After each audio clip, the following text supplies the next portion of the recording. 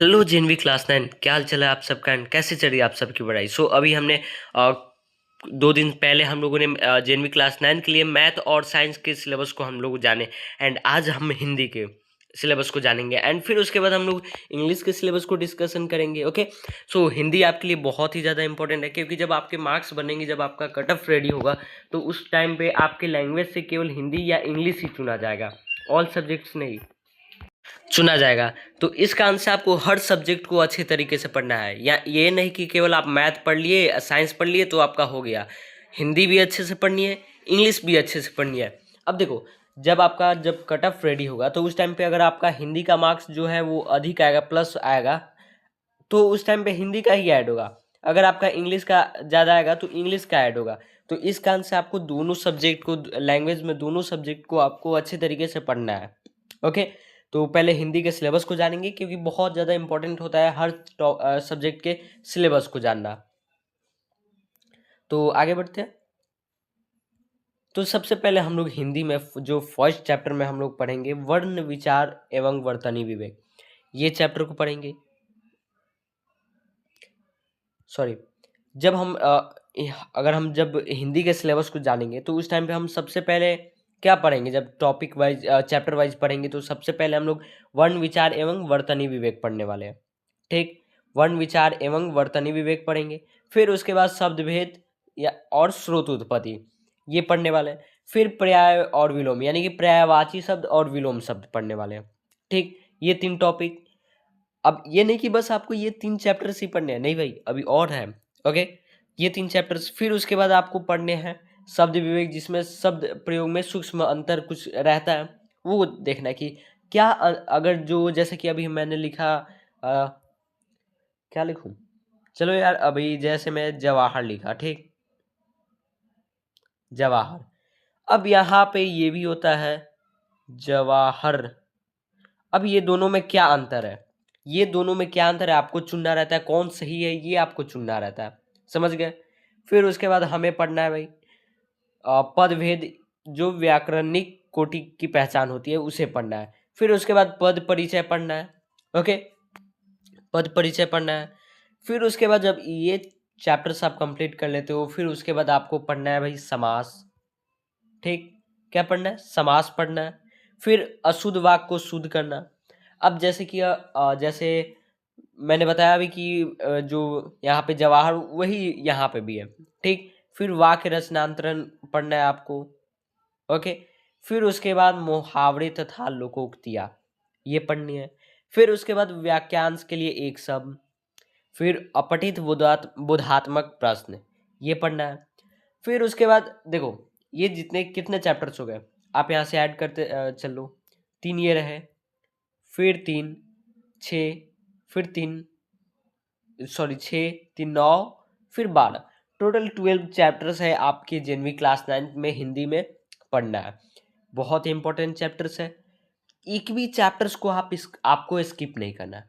Really एक भी आप चैप्टर्स को स्किप करते हो, तो भाई जिनमें भी आपको इस ऐसे ही स्किप करने वाला। हाँ, बहुत सारे लोगों का क्या होता है, हिंदी हिंदी जो है वो ठीक रहता है।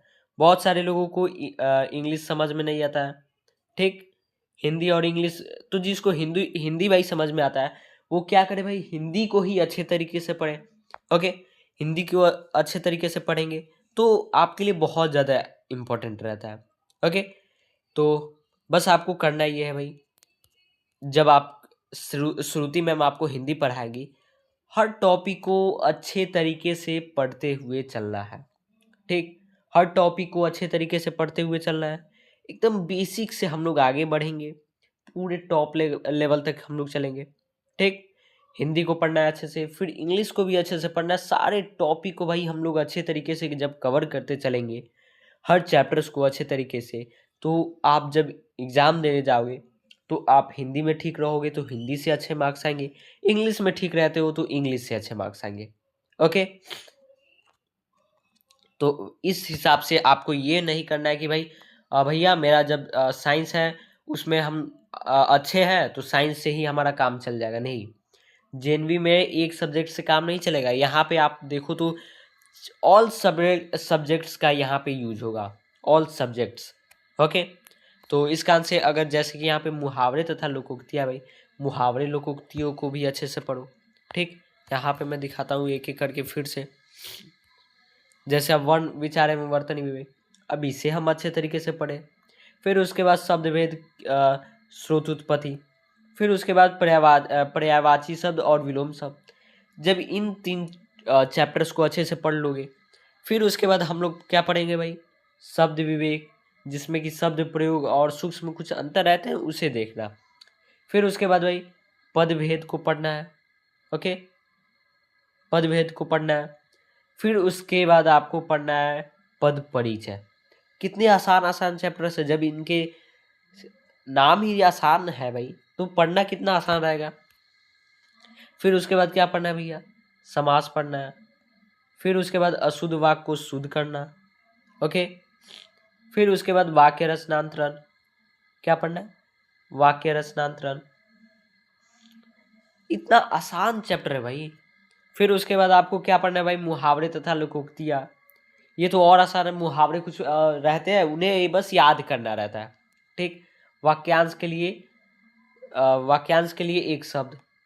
ठीक, फिर उसके बाद अपठित बोधात्मक प्रश्न, कुछ नए नए प्रश्न आते हैं बस उसे करना है। बहुत ही आसान चैप्टर्स है।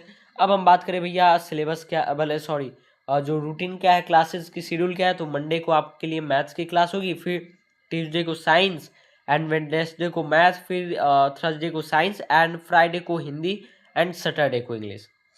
बहुत ही आसान है, आप इसे अच्छे तरीके से और आसानी से भाई कर सकते हो। रियली बस ऐसे ही आपको करते हुए चलनी है क्लासेस। हाँ, अभी थोड़ी डिले हो रही है क्योंकि अभी हम लोग एक एक करके आपके सिलेबस को बताएंगे। जब आप अच्छे तरीके से सिलेबस को जान जाओगे तो फिर आपको प्रिपरेशन करने में भी आसानी होगी। इस काम से ऐसा हो रहा है, जैसे जैसे आप आगे बढ़ते हो प्रिपरेशन लेवल आगे चलती है तो अच्छे तरीके से होगा। मंडे से जो इस शेड्यूल के हिसाब से जो है वो कब से स्टार्ट होगा भाई, तो मंडे से आपके लिए ये सारी शेड्यूल के हिसाब से होने वाली है। ठीक, मंडे से आपको पूरे शेड्यूल के हिसाब से क्लासेज होगी, तो बस आप रेडी रहना। अभी कल तक क्या रहने वाला है, इंग्लिश का एक लास्ट सिलेबस है उसे हम लोग समझ लेंगे। फिर उसके बाद हम लोग संडे को कुछ आप लोग के लिए छुट्टी वगैरह रहेगी एंड फिर उसके बाद मंडे से आपके लिए रेगुलर क्लासेज स्टार्ट हो जाएगी जो लगातार जेनवी के एग्जाम तक चलने वाली है। ओके, सो अब मिलते हैं हम लोग इस शेड्यूल के हिसाब से, यानी कि मंडे को मिलते हैं मैथ्स को लेकर। ओके, आपके श्रेयांश सर आपके लिए मैथ्स की क्लास लेकर आएंगे मंडे को। ओके, मिलते हैं, बाय बाय एवरीवन।